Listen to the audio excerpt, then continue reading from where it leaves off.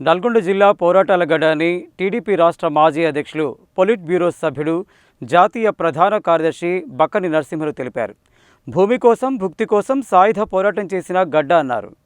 బుధవారం Nalgonda parliament Telugu Desam party కార్యాలయంలో ఏర్పాటు చేసిన మీడియా సమావేశంలో టీడీపీ రాష్ట్ర మాజీ అధ్యక్షులు పొలిట్ బ్యూరో సభ్యుడు జాతీయ ప్రధాన కార్యదర్శి బక్కని నరసింహులు మాట్లాడుతూ నల్గొండ జిల్లా పోరాటాల గడ్డ అని భూమి కోసం భుక్తి కోసం సాయుధ పోరాటం జరిగిన అనంతరం 1951 అక్టోబర్ 21 తేదీన రక్షిత కౌలుదారు సిస్టమ్ క్రమబద్ధీకరణ చేయడం జరిగిందన్నారు.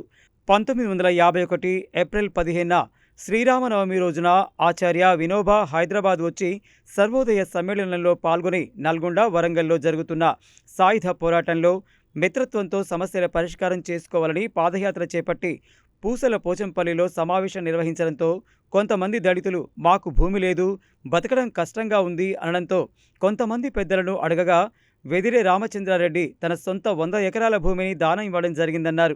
సుమారు 2 నెలల్లో 10,000 ఎకరాల భూమి దానం రావడం జరిగిందన్నారు.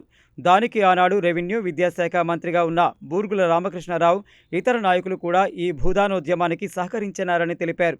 ఉమ్మడి రాష్ట్రంలో ఆంధ్రప్రదేశ్ ముఖ్యమంత్రి నారా చంద్రబాబు నాయుడు వినోబా చేసిన ఈ సత్కార్యాన్ని రాబోయే తరాలకు అందచేయాలని 1996లో పూసల పోచంపల్లి, భూదాం పోచంపల్లిలో భూమిని దానం చేసిన వెదిరి రామచంద్రారెడ్డికి, అదేవిధంగా ఆచార్య వినోబా 101వ జయంతి సందర్భంగా ఇద్దరికి కూడా కాంస్య విగ్రహాలు ఏర్పాటు చేయడం జరిగిందని చెప్పారు.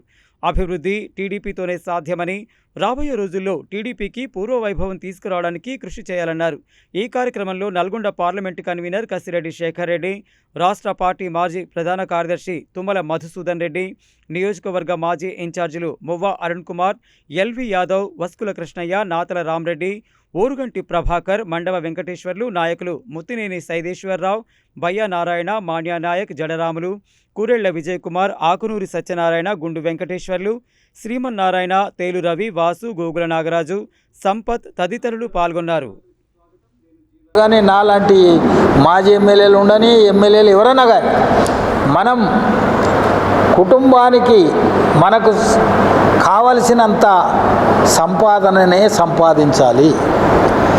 ఎక్కువ సంపాదించి సమతుల్యత జడగొట్టి ప్రజలను మళ్ళా నేపాల్లో అయినటువంటి సమస్యలు మన రాష్ట్రంలో జరగకుండా ఉండాలంటే స్వామినాథన్ కమిషన్ చెప్పిన ప్రకారంగా డబ్బులున్నవాడు వచ్చి భూములు కొనుక్కోవడం సబబైన విషయం కాదు.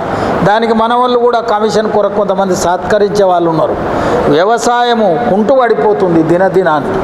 అందుకొరకు ప్రతి కుటుంబంలో చదువుకున్న పిల్లలు కూడా తప్పకుండా పాడి పశువు పంటలను ప్రోత్సహించాలి, రైతులను ప్రోత్సహించాలి.